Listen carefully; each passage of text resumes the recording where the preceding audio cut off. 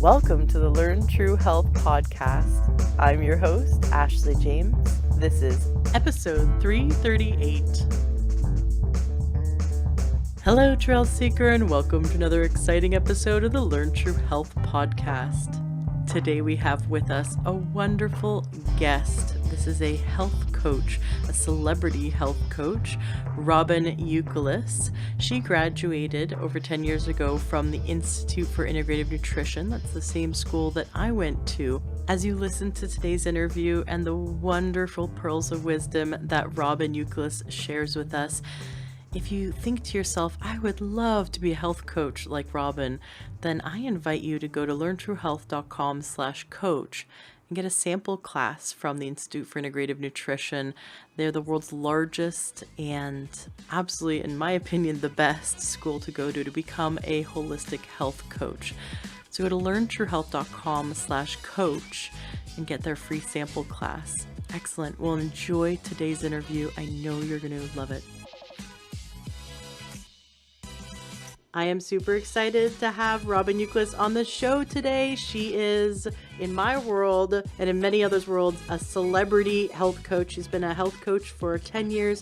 She's had best-selling books that are absolutely amazing. And today she's here to talk with us about the link between our gut health and our intuition and how to work with our diet in a way that connects our intuition and heals our gut at the same time. I love this topic. Welcome to the show, Robyn. Thank you. Thank you for having me. I'm really excited to be here with all of you, and I just so respect everybody's time. So it's an honor to get to share this time and this space with you, and I hope that, just even one thing that I share today can somehow empower you to make that change or just look at something a little bit differently or even just feel really great about what you are doing. 'Cause Absolutely. there's a lot. Yes, it's just, I've done over 300 interviews and I feel like I'm just scratching the surface. So there is a lot when it comes to health, and you've been living it for the last 10 years. Now, you just came out with a book called Thin from Within, and we definitely want to get into that. You have a wonderful 3-year-old, and you've shared in your book about how you lost the baby weight naturally using really practical ways of focusing on health and not obsessing about weight or body image or diet. And so I just love your message. But first, let's get to know you a little bit. Can you share your story with us? What happened in your life that led you to want to become a health coach and help other people to gain a healthy relationship with their body? Yeah, I never planned on for this to be my career or to even be an entrepreneur. It really began with a love and what kind of became an obsession about food. But I would say that it started when I was 13 years old, and I had a rather generous little tush that kind of popped out. And I was like, oh, I have a figure and shape, and this isn't what I'm seeing in the magazines, and what's being fed to me is an ideal body type. And I started to think that there was something wrong with my body and that it was something that needed to be fixed. And so I started taking in a lot of the information around our diet culture and how I could lose those last 5 pounds. And meanwhile, I'm a child. And, this certainly wasn't something that I should have been focusing on or certainly not obsessing about. And so I say I kind of began a career in dieting. And while I'm lucky in a sense, at the same time, my mother was always an incredible cook. So she was always making like coq au vin and chocolate souffles. And she studied with Paul Martin, the famous Canadian chef. And we used to joke that like she couldn't boil an egg, but she could make, millefeuille or something really um, elaborate. And so she was always making this delicious food. So I always had a deep love of food and appreciation with food, which also sort of led to the torment, right? Like, why can't I just eat a little salad with a scoop of tuna fish, for example? Why am I eating all of these indulgent meals? What felt like I thought was indulgent, but really they were home cooked foods made with really good ingredients. And so it just started to get really confusing for me through my teenage years. And I didn't know how to deal with that. And so I would diet and lose a little weight and decide that my self worth was based on my jean size and my comparison to the other girls in school. And this continued all through college and through my 20s. And eventually, there were little moments along the way that I would say made it better. So, for one example, was I started dating my now husband, who I'm married to. And at the time, I was cooking mostly from Trader Joe's, frozen meals and things like that. And he lived in Santa Monica in California. And I started to go to the farmers markets with him. And I began to make this new connection for me at the time, which was new, was, oh, wow, this is food that somebody grew and it's going in my body and it's affecting how I feel.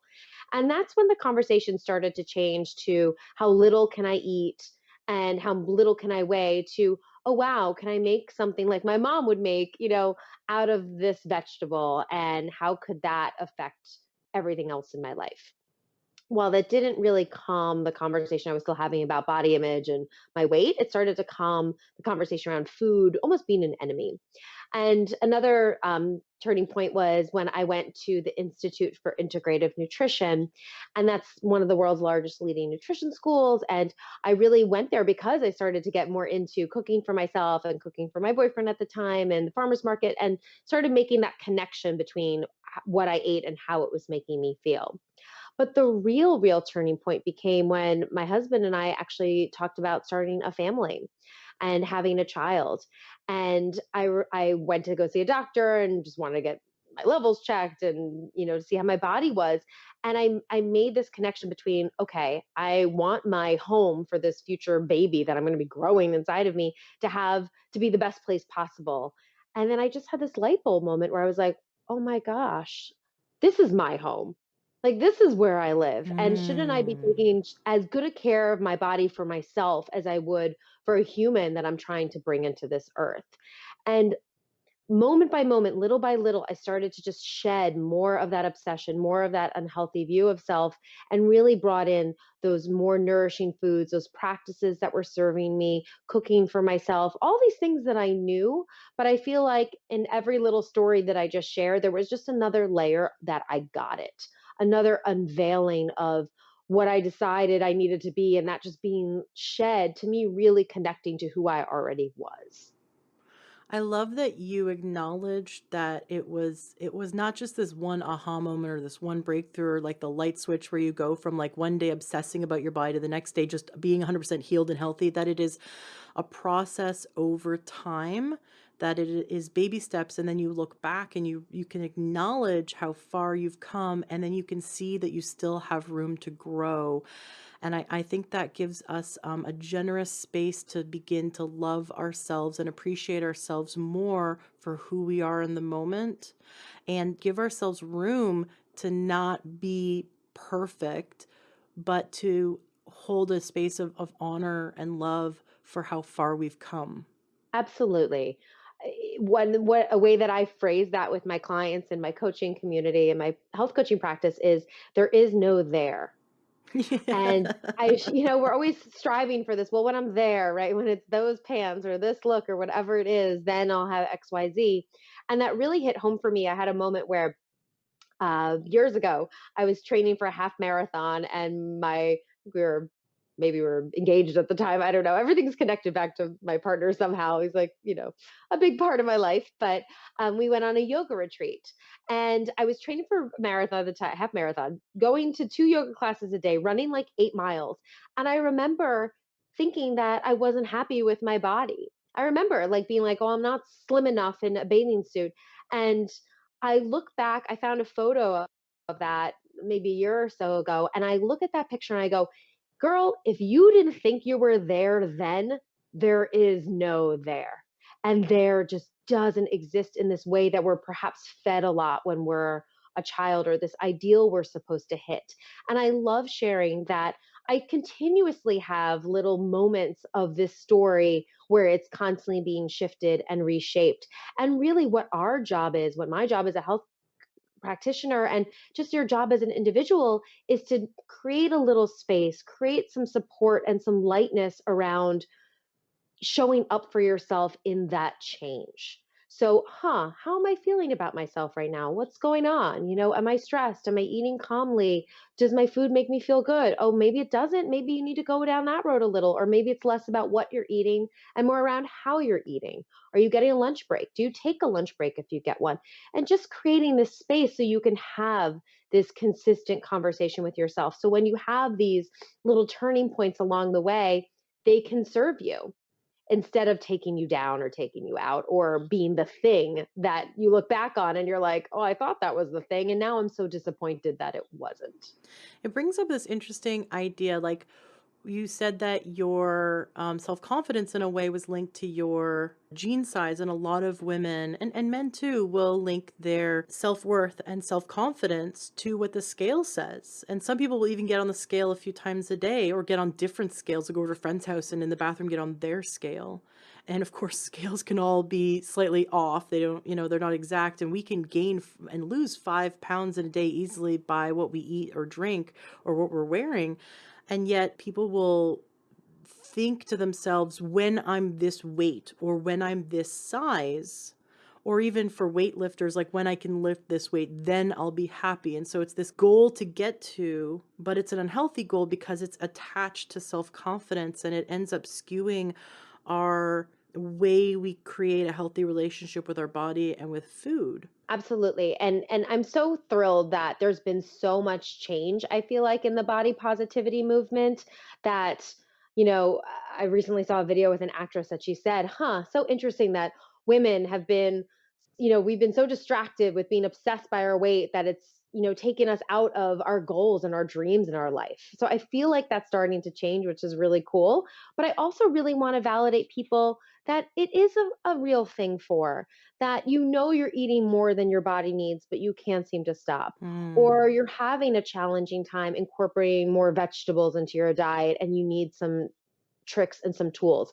So it really is to me that there is a deep practical layer there, and then there also is the emotional layer there. So I like to say that how we a sign that we want something to be different in our lives is wanting our bodies to be different. That can be your weight, but that can also be, right, like what's happening in your job, what's happening in your relationships, and really using your feeling towards your body's weight as an indicator of a bigger theme perhaps that's going on in your life. Oh. Does that make sense? Oh, absolutely. No, what I'm getting is like when people are really dissatisfied with their job, like you're saying, then they can't control, they maybe feel out of control. They can't control the environment, or maybe, they're not getting on with their coworkers or their boss. They can't control that, but they can control, they feel like they're more in control of their body. And so they're going to look for satisfaction around achieving joy from that area of their life when they can't achieve joy from or satisfaction from their career. Is that what you're saying? Yeah, totally. Totally. And it really is a time. I love it that we are taking a moment to wake up to a lot of this. Am I using sugar over something I need to look at? Am I using alcohol in a way that isn't healthy or supportive? And really saying what's going on here, because everyone deserves to feel amazing in their bodies. And your body wants that for you. No matter Pretty much no matter what you feed it, like your body will digest it for you. It's so amazing and so crazy that that happens, but it does. And so just honoring that and saying like what piece of this puzzle, what piece of what Robyn's saying or Ashley's connecting on is here for me? What do I need to really go into? And then also giving yourself permission and space to not do all the things at once. So, okay, so my digestive system has been off. Let me explore that. Let me read a book, like, maybe it's my book, Then From Within, or Go With Your Gut, or something else. Let me take a moment with that. Or maybe it is this deeper layer of work that we touched on. Maybe it is around your career, and you need to get really honest with what you do want in your life for that and put your focus there. And I guess my point is we can't have our focus on so many different things. So what in this conversation is connecting with you that you're like, yeah, I am going to give myself some space to think about it, but really feel about it even more. How would you suggest doing that? Is it like going for a walk and just thinking about it, or journaling? Or if someone's not used to pausing and tapping into their emotions, is it better to do it alone, or is it better to find someone to talk it through with? How do you recommend starting the process of pausing and feeling the emotions and working through it? I love that you asked that because that's a thing, right? That's certainly not a small step that we could just skip over and assume, well, okay, Robyn, fine, I'll start journaling tomorrow and I'll figure it out. Like it's never like how we started this conversation, right? It's always it's a winding path So it's not going to be, oh, okay, now I'm journaling and now I've got the information. It's this constant, like, it's like water, right? It flows in and flows out, and you get a little bit of information and then you get another, and then things feel great. And then you feel like you need to examine again. So, first of all, having a good understanding that it's going to be a winding path and it may take some time. And then really, I would ask you in this moment to tune into you, and maybe even just from Ashley's list, like what sounds good to you? What would feel supportive right now? Couple simple practices I like to teach. You can just even do it right now. One hand on your lower abdominal wall, and just let that go. A lot of us spend a lot of our day kind of sucking it in, especially women, and just really like giving yourself a moment to breathe into that space. And then once you have that note, first it might feel a little bit uncomfortable. Like maybe you're used to just this kind of buttoned up, right? It's almost like the ballerina, like up and tight, and then you're supposed to leap. But really letting that slack and feeling that space, recognizing you might feel uncomfortable. And then what I like to do is just, I teach to ask yourself, like, what would feel most supportive? What do you need? And I really teach so much in intuition because you have the answer already. So, what did you hear in that? What would feel most supportive? And if you're starting to hear, well, I need my husband to change this, just notice that and be like, okay, is that a habit? Is you tend to go to what somebody else could change first, or do you start with yourself? No judgment, but that's interesting to note. And I do encourage you to bring it back to you. So often we'll hear just a little helpful voice from inside our intuition. So mine that always pops up is, you need to go to bed earlier. That's what I typically hear. And what that means and looks like in my food life, if I go to bed earlier, I'm getting more sleep, then I'm not reaching for snacks to find energy or sugar for stimulation, then I'm getting enough rest. So that's a big one, right? That comes to our food choices. Maybe you hear, yeah, journaling would sound nice. So for me, when I'm journaling, that means that my thoughts have space and they feel valid, and maybe I don't do anything with those thoughts, but just having a place for that to go. So then I'm not turning to food to experience comfort or experience space or a place. I remember at the end of my work days when I was working in, pretty hefty 9 to 5 job that was really more like, 8 to 7. I remember I would come home and want to eat a big meal so I could feel grounded. So I could just like feel like I was brought back down to earth. So Hmm. to me, now tuning into my intuition, well, what would feel more supportive in that situation if that feels like it resonates for you? Well, you probably need a grounding practice when you come home from the day before you go to your food. So it may have been unconventional, but I would take a bath sometimes before I Hmm. would make dinner. I'd have a snack, like something that would hold me over, half an avocado or an apple or something like that. And then that would get me more in my body. And then I was more prepared to have that meal and not use that food for something else. Some people do need a coach, right? I've been doing this professionally, like you said, for over a decade. I run group coaching programs. I still see one on one clients. We sometimes do need someone to it's that in my work, it's that sweet balance between supporting what you need to do and sometimes just telling you what you need to do, or just validating what you already need. So it can be so many things, but sometimes I just say, like, that simple hand on belly, what would feel supportive? And you can even use that even before you order lunch. Take a second, hand on belly, take a good deep breath, let your abdomen go, and just, what would feel supportive right now? And often you'll hear the answer. Sometimes it could get a little tricky. I wrote an article for Mind Body Green, popular wellness blog in the US, and it says, what to eat when you or how do you eat intuitively when your intuition only wants French fries?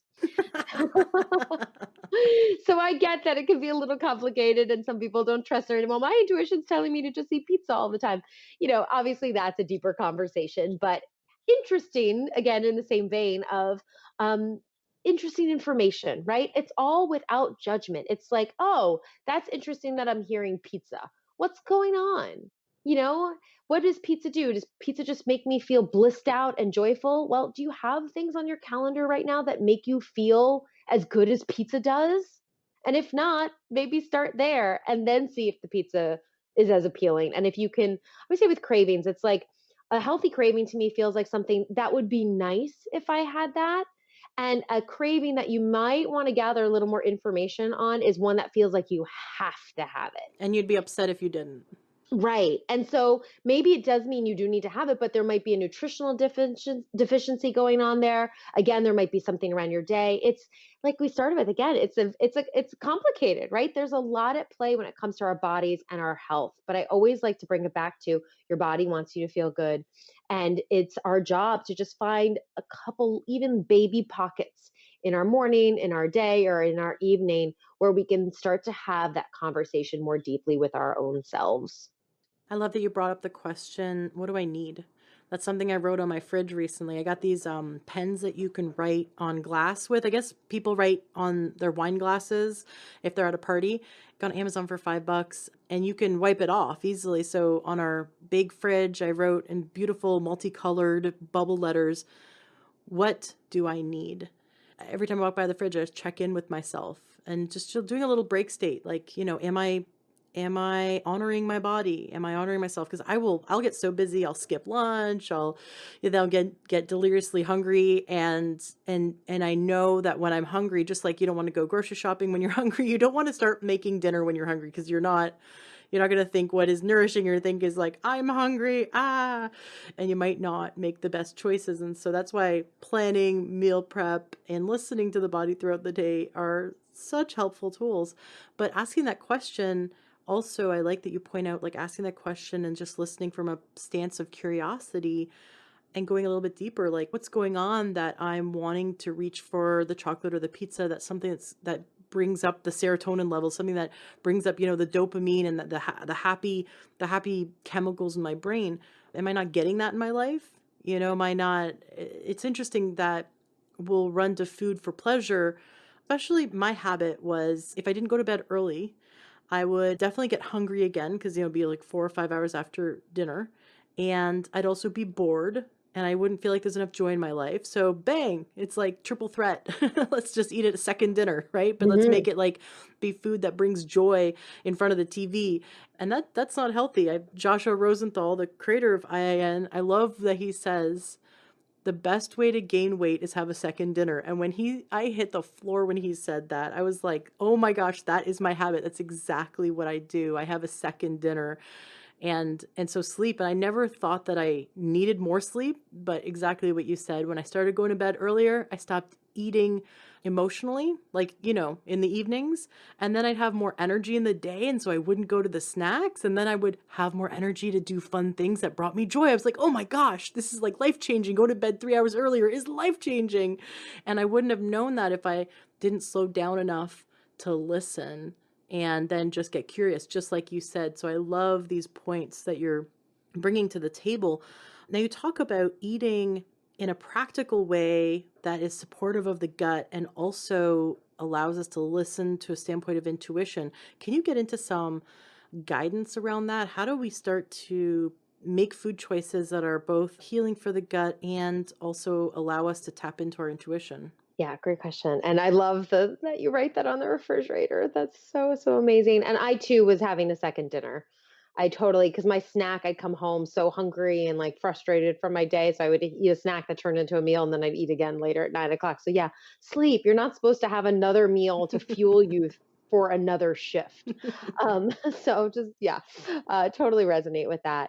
And then also, I kind of want to add a disclaimer on this whole conversation how I shared about that I'm a foodie, like I love food, like I am a foodie. I enjoy indulgent food. I enjoy restaurant food. I enjoy even crappy food that who knows where you'd get it. Like I love all of that stuff, but it doesn't have a grip on me. It's not something I'm obsessing over more. I Mhm. have it if I want it, but the what I'm eating in my everyday life does is much more supportive of my gut, is much more supportive of my body, is very straightforward. It's never going to be people are like, I just need snacks. I need to know what snacks. I'm like, look, there's never going to be a carrot alliance that's going to tell you to just whip out three full size carrots and eat them. But I'm here to tell you, we definitely made it complicated in some ways. But one way I like to sort of uncomplicate it is focus on the gut a bit because that is the center of you. That is the center of your body, quite literally.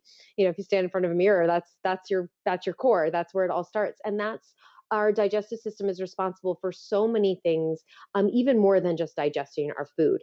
And so I found in my community that if you can get people digesting their food better, a lot of other things trickle out from that. It's a ripple effect in the body because a healthy gut better absorbs the nutrients from the food you're eating. So you're going to get more out of what you're consuming. You're going to feel better from that food. As we said, a healthy gut knows what you need to eat. It's going to direct you to make those choices. And a healthy gut also means a happier you.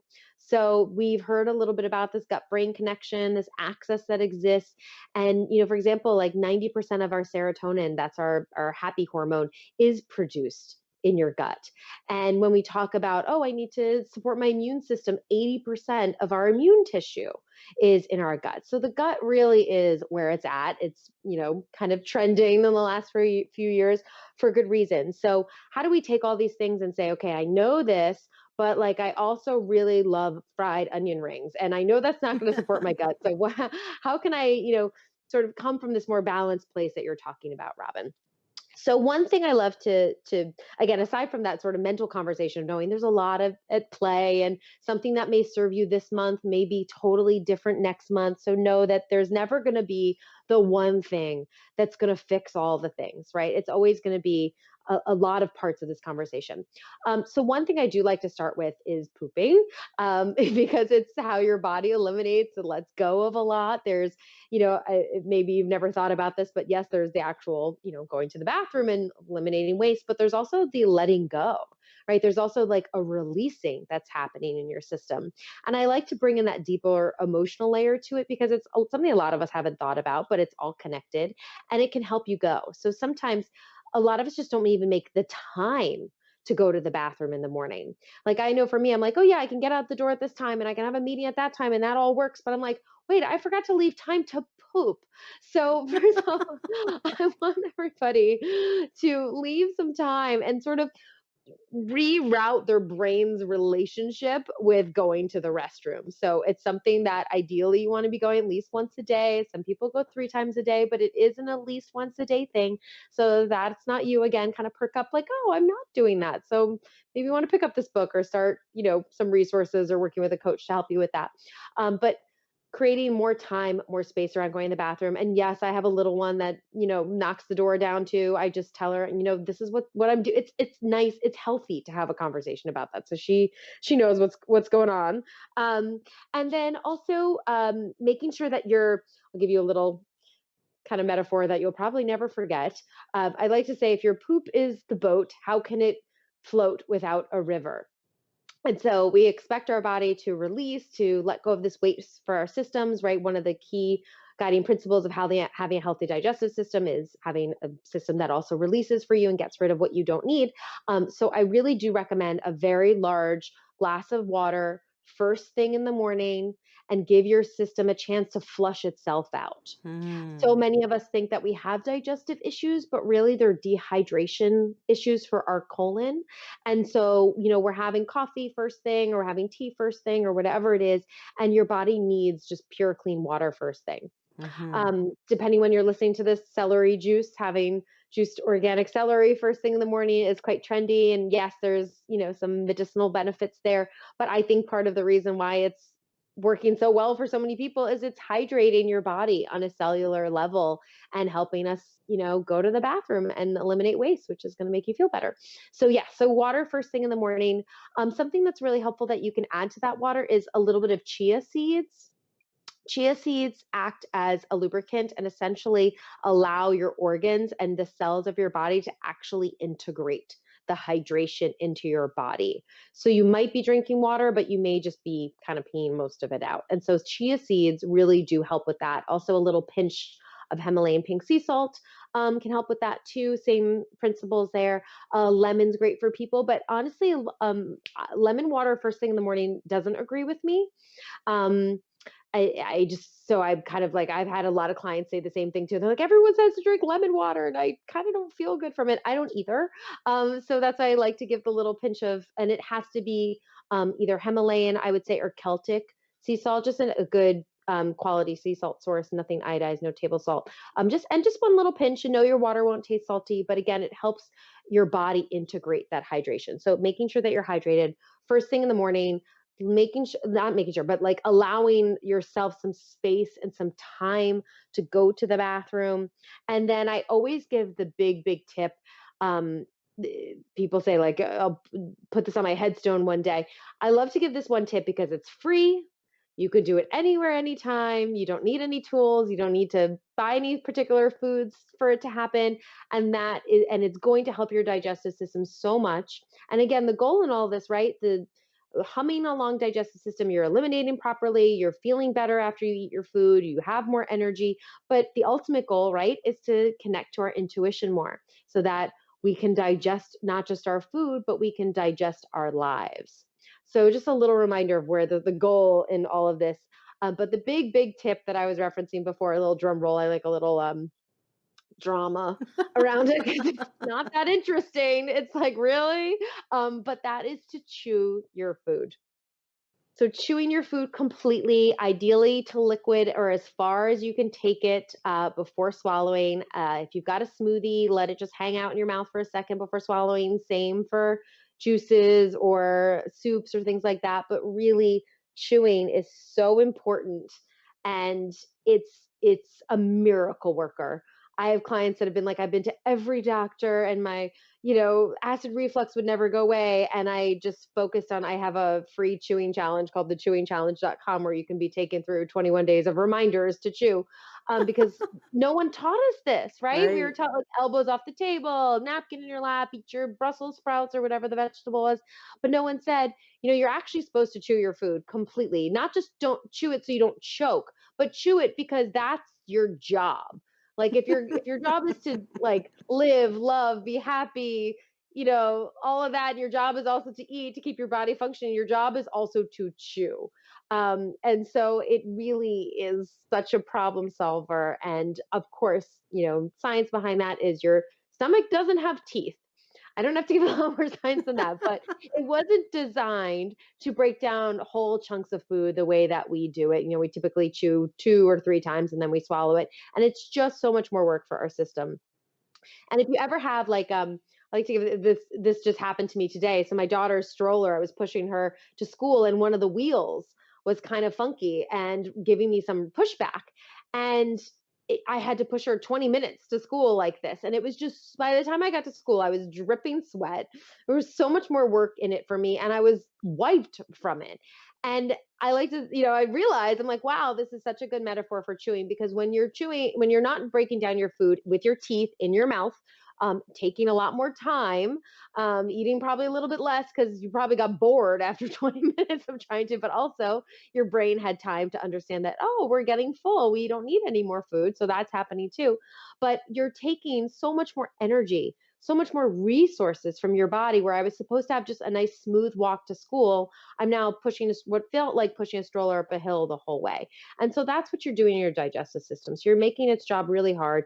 You're zapping your resources. You're not going to have as much energy. You're not going to break down that food as efficiently. Maybe you're not going to end up pooping or even eliminating it as well. And it just affects all these other things.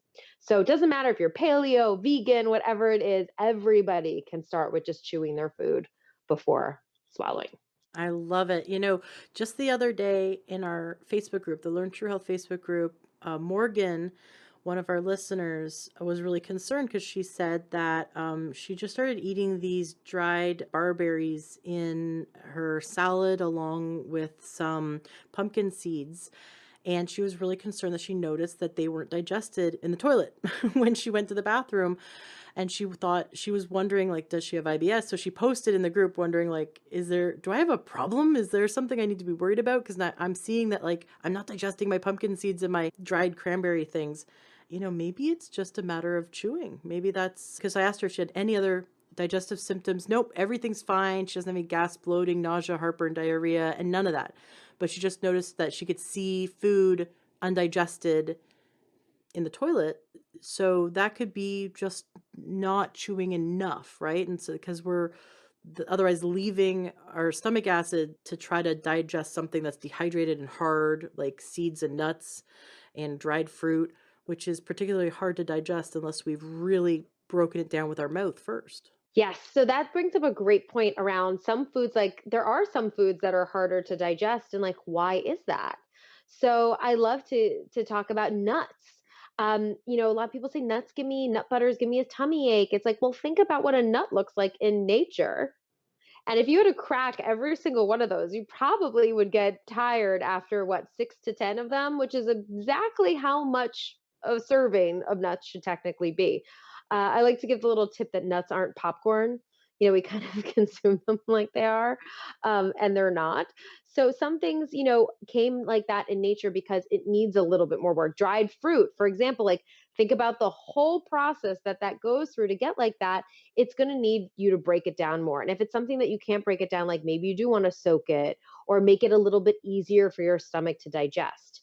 Even leafy greens can be like that, right? So Mhm. that's why, raw, dense leafy greens are going to cause a little bit of bloating or stomach upset because breaking them down, like massaging your kale with salt, again, is going to help break it down so that you've done a little bit of that digestive process before you've just given it all to your body. Another thing is red meat. Not I'm not in the about to say red meat's good or bad or digestive wise, but interesting that it's hard to break red meat down. So it takes you a little bit longer to choose something like that, which again would relate to portion size, where meat, for example, is supposed to be more of a almost like a condiment, like a part of the meal, not a huge fillet like where you've gotten used to serving. Because if you really chewed all of that, you would be there for 2 hours. And we're not, I mean, we're supposed to have these nice long or leisurely meals, but not all of them are supposed to take 2 hours to eat your food. Right, like, it takes the stomach over an hour to digest beef, where it takes, I think, 20 minutes to digest an apple, so it's a pretty big difference. Yeah, exactly. And again, none of this is to say eat this, don't eat that. We could have that whole conversation too. I just think there's that conversation is happening so much, that and I definitely have tools and things that I recommend eating in the book, but I am always more interested in the how we eat conversation because I think that's the one where we really, really were never not just taught, but not supported in. I put Mhm. on Instagram a post recently about taking, I'm worthy enough to take a lunch break. And wow, I got so many comments from people that, it's just so frowned upon. And I remember that too.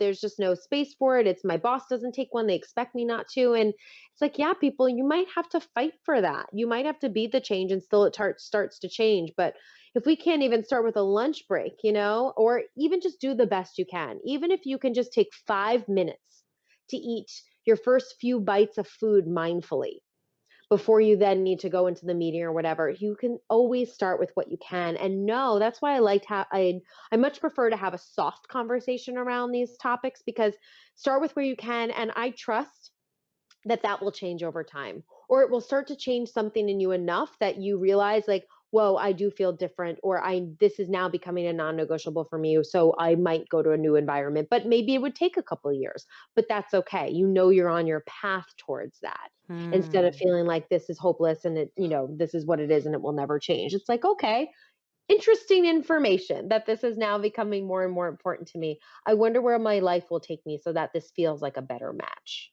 And a lot of this might sound really woo woo. If you're listening, like, like, I never thought about it that way, or maybe you have, and I'm here to validate it. I just know that I've seen with hundreds of clients, thousands of clients at this point, and my community and myself, that the connection is deep. That there is a reason that we call it a gut hit or a gut feeling, and that they're valid. And that, if we can take care of our gut, take care of our digestive system, we're going to get more of that information, those gut hits that come from you. And when who doesn't want to hear their intuition more clearly, more loudly, and more strongly? Absolutely. Now, since you've been growing year after year, you personally, what have you learned or what new habits have you formed in the last year that have been impactful for you? Oh, so glad you asked. Meal prep. Meal prep is seriously the thing that is the difference between me having a great week or me feeling like I'm just not winning at anything. And isn't that funny that like some cubed roasted squash can be the difference in that, but it really, really is. So meal prep, before I had a child, I meal prep was something that I saw on social media here on Facebook that, a lot of people in the bodybuilding community would do, or the keto world, counting points or counting grams or whatever it was that people needed to do, or just, they were busy people. And I was just like, that's not for me. Cause I would just see these containers of all the same looking food. And I was like, I'm not never going to get to that place. And I was lucky that I had a life where I worked from home a lot. I really had that flexibility to, have making food be part of my day or my evening, and it was fine.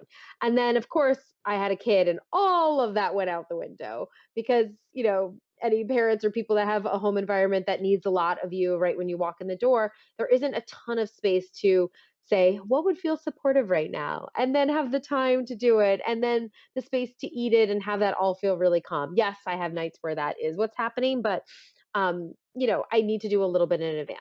So I started to meal prep. And for me, that just looks like making some basics ahead of time.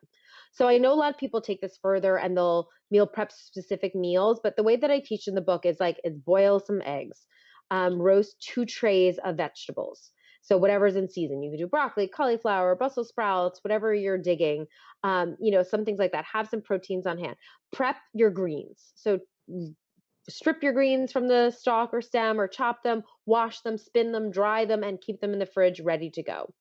Even me, who knows how important, having a bunch of collard greens is, if it's not prepped the day before and I go to make it and then eat it, it's just never going to happen. I learned at the time when my child was a baby, I learned that I didn't have time to make the food and eat the food at the same setting. It was one or the other. So I go to make something, I was like, oh, there went my window. So I just learned that I was going to have to make a little bit as I went. And so then once you've got some of these basic prepped items, I also talk about a power parfait in the book, which is essentially like an amped up yogurt bowl, so that you feel full longer, so that you're not needing to snack in the morning and you like had enough, you had enough nutritional calories and nutrients for your body. And so I'd make some of this for my week. And when it was time to put it together, I would just use a basic template. I also teach in the book, I can go into a little if you like, called the rule of 5 plate. And I would structure my meals this way. So I would have the power parfait in the morning. I would mix and match, based on this little light template for lunch. And then dinner would be some prep things. Sometimes I'd make a soup in advance, and every time I make a soup, I would freeze one so I'd have it for next time, or having really easy things to go like pasta or bean pasta, for example, and adding some greens. Really just thinking like, where can I get vegetables in? Where can I get healthy protein? Where can I get healthy fats? And just keep it simple, and always know that, even a salad from a store isn't going to nourish me as well as even just a baked sweet potato with some, almond butter on it, for example, if that's all I could whip together for my meal prep. So getting really real about meal prep and realizing that it wasn't just these little containers to go, but it was just more of having these staples ready in my fridge so that I could pull to get dinner together, anything together in 5 minutes. I love it. I'm currently in the process of learning how to meal prep consistently. What I've been doing is, I love that rule, cook once, eat twice, or cook once, eat 3 times. And so I'll do like make a big batch of sweet potatoes, or make a big, like a huge batch of roasted vegetables, like you said, and have just basically still in the pot in the fridge. So at least I know I can just run to that and heat it up. Lately, we got something in our kitchen that has changed our lives, and I never thought that it would. The Panasonic infrared oven. It looks like a microwave. It's about the size of a small microwave, because of course we don't use a microwave in our house. We're hippies, we don't like no microwave. And so we'd always heat something up on the stove or in the oven, or cook food from scratch. But when my husband and I were talking about this idea of meal prep, well, we need a quick way to heat it up, and we're not going to go to a microwave. So I did my research, and I discovered the Panasonic infrared oven, and it sat in my shopping cart for like 6 months in Amazon, because I was just like, it's $100. It's like 90 something, right? And I'm like, Mhm. oh, I don't want to buy this another No, I kitchen just looked it up. gadget. It's 125 now. Okay, it went up. I'm like, oh my God, I need this. Yeah, it was like $90, and it sat in my cart for 6 months. I kept coming and hawing, thinking, I don't want to buy another $100 gadget that just sits there that we never use. It is now, we use it more than the stove. Like, we use this thing 5 times a day. It is fantastic. You can do everything with it, from make toast or reheat things, bake things. We'll make, sweet potato fries in it from scratch, that kind of thing. It's small, like, don't expect it to be a huge oven. I just love it. So my plug for the Panasonic infrared oven has allowed us to transition into doing meal prep because we'll put it in glass containers, and Mm, then we'll put the glass container, obviously without the top, in the Panasonic oven, but you have to remember it is an oven. So, and it heats things up super fast, like 2, 3, 4 minutes, it's done. But it will also heat up the glass way more than a microwave would. So you have to use, the mitts. Don't think you could just pull it out because it heats up everything, including the glass that it's in. It comes with a little metal tray, which you can use for some things, but you can also put a bowl in, or glass or ceramic or whatever. It's fine. Yeah, I love it. So that's how I've been able to starting to transition into meal prep, and I want to do it more. I feel like a little like a block around it or mm, confused. Maybe you'll help us by teaching us the rule of the 5 plate. Can you mhm. dive into that a bit? Yeah, and I actually have a if it's, resonate with anybody, you know, listening to this about the meal prep conversation, I hear you. It's like the template absolutely helps. So I'll get into that with you. But I do offer also, and we can include a link for your listeners, a meal prep course. Cool. So I have a meal prep class where I go through how I meal prep and walk you through it. It is not like, here's how you chop an onion and here's how you do this. It's more like, here's how I think about it and here's the foods and then here's how I put it all together. So sometimes, like, such a visual learner, it's very helpful for me to have somebody just show me. And then once I see it, I sometimes do Kundalini yoga. And like, once I see someone do the meditation in front of me, I'm like, oh, I got it. But if I see it on a paper, I'm never going to do it, kind of thing. So Right. know how you learn. Again, part of this bigger conversation of, what do you need? How do you learn? Like, giving yourself permission to do that. So if you need a course, I do have a course on it, because I just had to create one. Great. Well, we'll definitely put the link in the show notes, along with the link to the infrared oven that I highly Yes. recommend. Oh my But gosh. yeah, I'm really curious about your course. So yeah, please teach us a Yeah. bit more about this. So here's the rule of 5 plates. So I mostly do this for lunches. I think of it a little bit for dinner. Like, am I hitting all these points? But it's usually a more integrated recipe, for example. So I'll give you a dinner example once I do the lunch example. So rule of 5 plate, nothing like revolutionary in here, everyone. But it's just, my brain does really well with templates. I'm like, okay, did I hit all the 5 things? Got it. Here's where this was born. So I noticed I would make myself a salad for lunch. And there's a lot of that conversation around, like, oh, I just had a salad for lunch. And then 2 hours later, I'm hungry and I'm snacking through all the crackers or the pretzels or whatever else it was. Or, like, at the time it was like 2 boxes of kale chips. And I'm like, I don't think I'm supposed to eat 2 boxes of kale chips.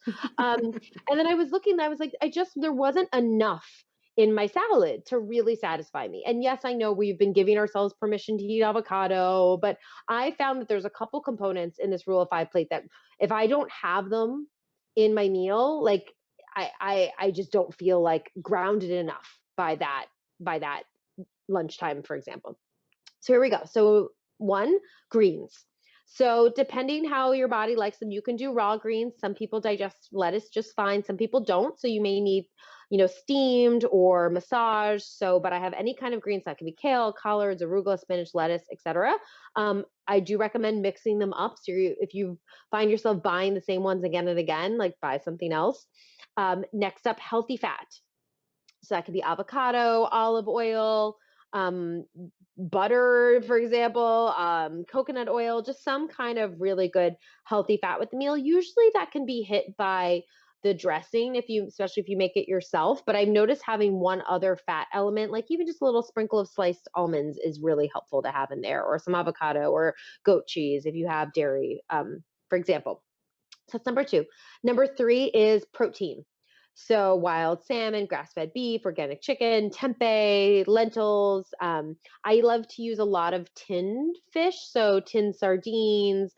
I have a trout that I get in a tin, smoked mussels. So I like those because they're more sustainable options. They're shelf stable.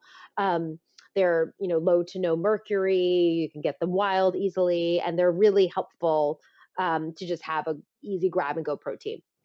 I aside from boiled eggs, I don't often meal prep proteins because I find, like, salmon or chicken on the third day isn't really that tasty to me.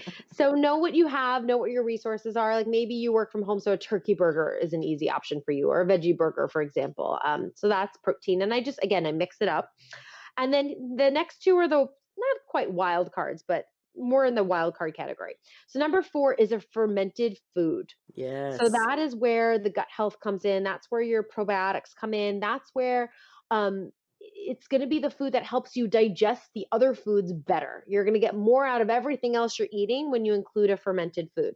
So this can be raw fermented sauerkraut, fermented carrots or radishes, kimchi. I have a couple of recipes in the book that are really easy. Even if you've ever, been scared to ferment, I swear, like whole brine vegetables, you literally put make salt water and put radishes in there and that will ferment and it will taste delicious. I promise anybody can do it.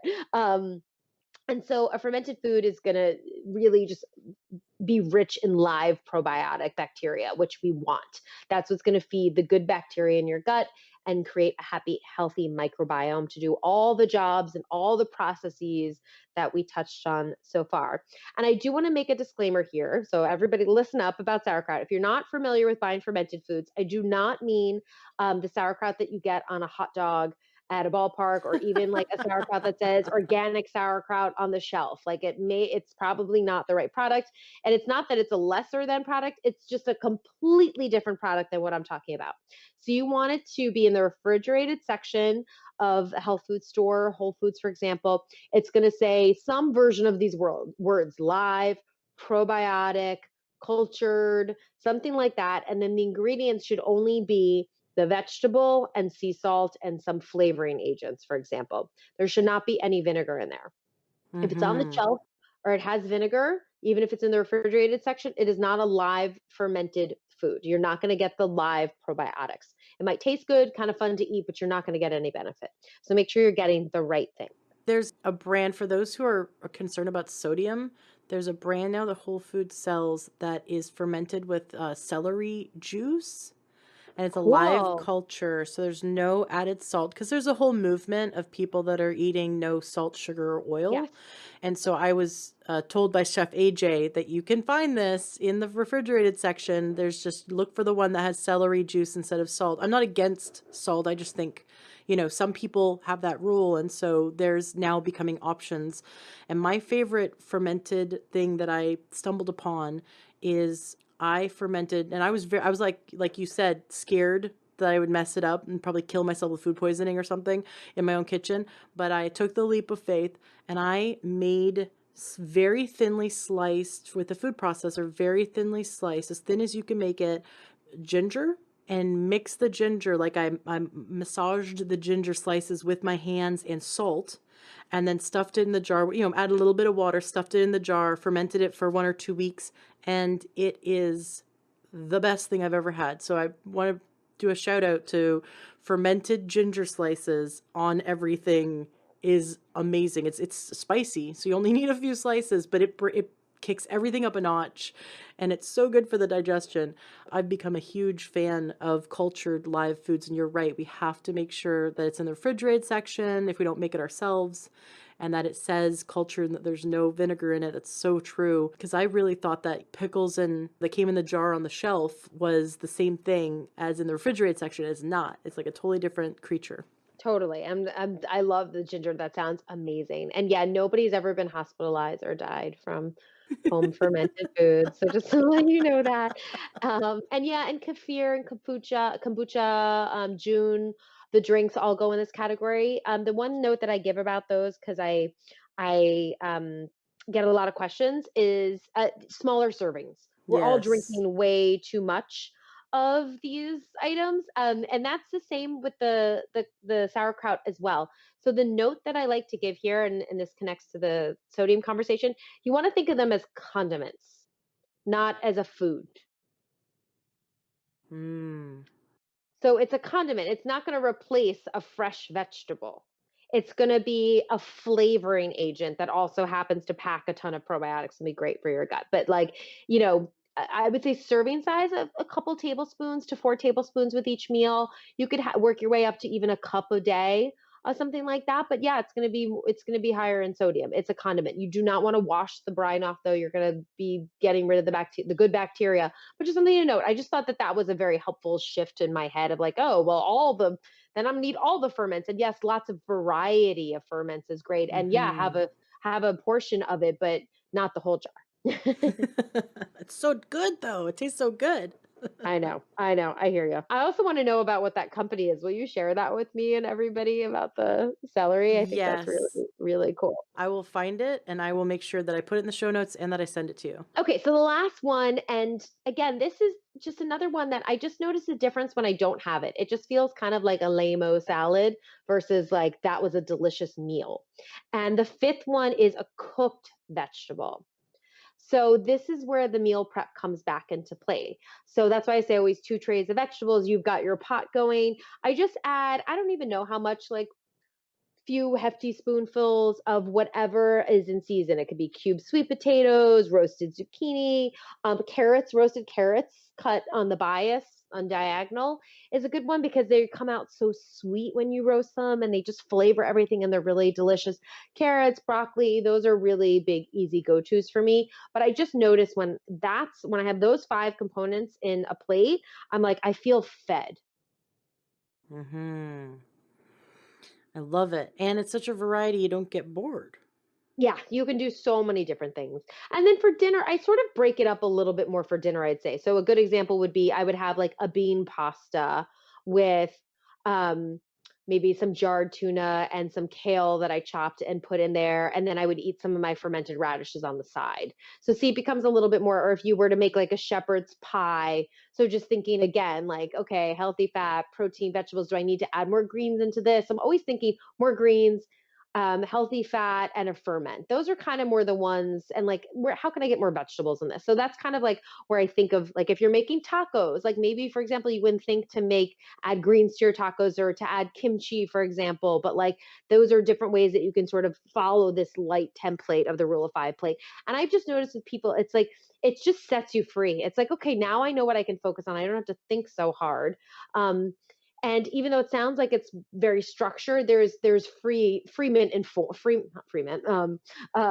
in form. It's like it just takes one other like, okay, what am I doing with this? It's like, okay, here's the 5, got it, great. Now I can move on to the eating part.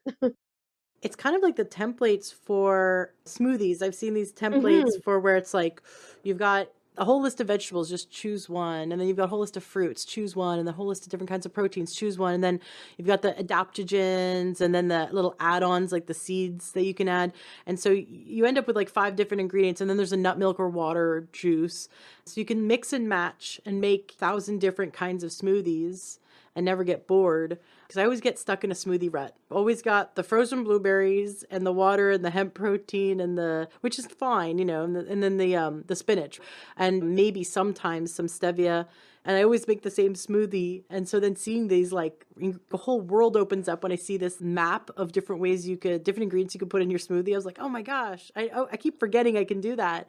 So to think about your rule of 5 and then giving the different examples. Here's all the vegetables, choose 2 and or choose 3, and then here's all the different kinds of proteins, and then here's the different kinds of complex carbohydrates you could choose from, and then go through that and you can mix and match so many fun recipes. And then you didn't even mention when you bring in seasoning because you could take the same ingredients and make like a Tex-Mex and same ingredients and make like a more like a curry, but you can take the same thing you said and then completely change up the flavor profile depending on what seasonings you're using. So you can stick with a very basic grocery list every week, but you can mix it up so much that it's practical but not boring. Exactly.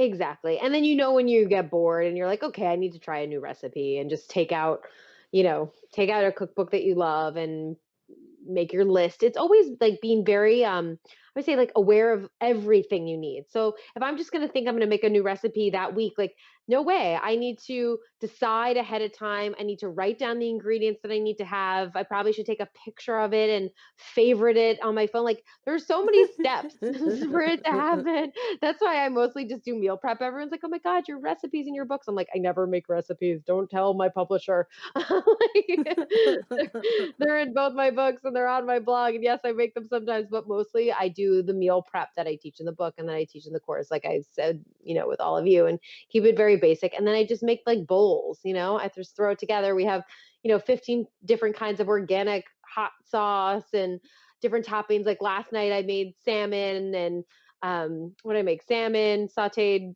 broccoli, kale, whatever it was. And I had the idea, I'm like, oh, I'm gonna put olives in this, and olives change the Mm. whole thing. It's just, Mhm. it's like everyone's always like, what do I do with this? Well, keep it pretty simple. And then also know when you need like a new inspiration to shift things up. I'm so guilty of the smoothie thing too. I'm just like spinach, banana, protein powder, flax milk, chia seeds, green powder, and like I'm out of there. And it just one day it might be nice if it tasted a little bit different.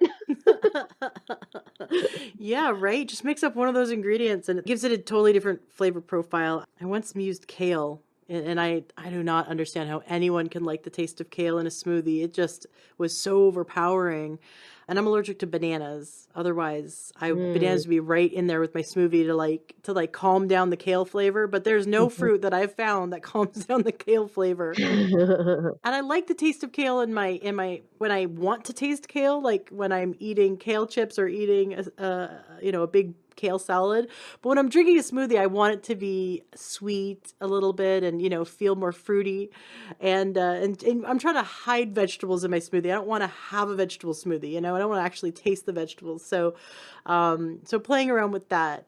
But that brings me to a question though about your being a mom. So my son has been drinking smoothies since he's about 6 months old, and I am so thrilled that he loves smoothies, and that helped me to get him to love vegetables. But he won't eat everything that my husband and I eat, and so I'm having to still cook meals that are a bit simpler for Mm. him. How do you get around that? How do you balance your work life and in meal prep and also make sure that you're feeding a child who might not want to eat the adult meals? Yeah, so it's tricky, right? And it changes constantly. So it's like, Right? what's happening here? That's why I do think the meal prep um helps because it keeps things simple and you can always mix it up or turn it into a stir fry or turn it into tacos or make it into a soup. It's actually interesting because I think I've kind of condition my daughter almost in the opposite way in the sense that she eats very few recipe type meals and mostly eats single food still because Hmm. she's fed so much meal prep. So it's not like, oh, I have this figured out and look, she eats everything. My kid's still a toddler, and one day she loves sweet potato, and the next day she says, ew, yucky. So, I think go with your gut on this one is what I'm always going to say. Like, what can you do to keep yourself sane and offer some variety? That's why I like making different dressings and having different spices and herbs kind of for the parents and exposing that to your kids when you can and getting them involved in the cooking process. Maybe not every night. Like, I have.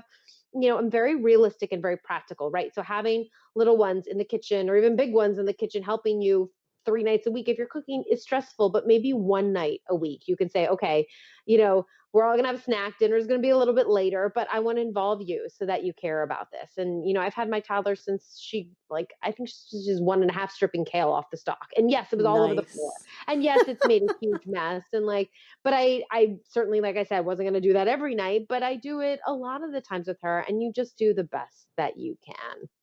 No mom guilt. Absolutely. Right? We are all doing the best we can. Well, it's been such a pleasure having you on the show today and learning from you. You've definitely given us a lot of great tips to begin to incorporate one at a time, not all at once, like you said, but the idea of just chewing our food more. What was the website that you have that gives us reminders to chew our food? Thechewingchallenge.com. Great. Yeah, we'll include that for you guys too. Awesome. That's RobynYoukilis.com. Of course, the links to everything Robyn does will be in the show notes of today's podcast at LearnTrueHealth.com. Robyn, it's been such a pleasure having you on the show. Is there anything that you'd like to say to the listeners to wrap up today's interview? Just that I hope that this conversation serves you. My job here is to support you, and I don't want you to feel bad about what you're doing or not doing.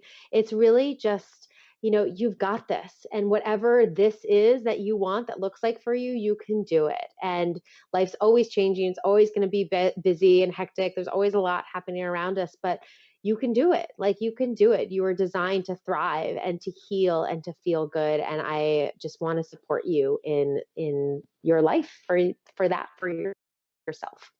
Awesome, Robyn. Thank you so much for being on the show today. You're welcome back anytime you need a platform to share your message. Every time you come out with a book, please come back and teach us more. We'd love to hear from you. Thank you. That means so much. And thank you again, everybody, for being here. So it was really fun. Are you looking to optimize your health? Are you looking to get the best supplements at the lowest price?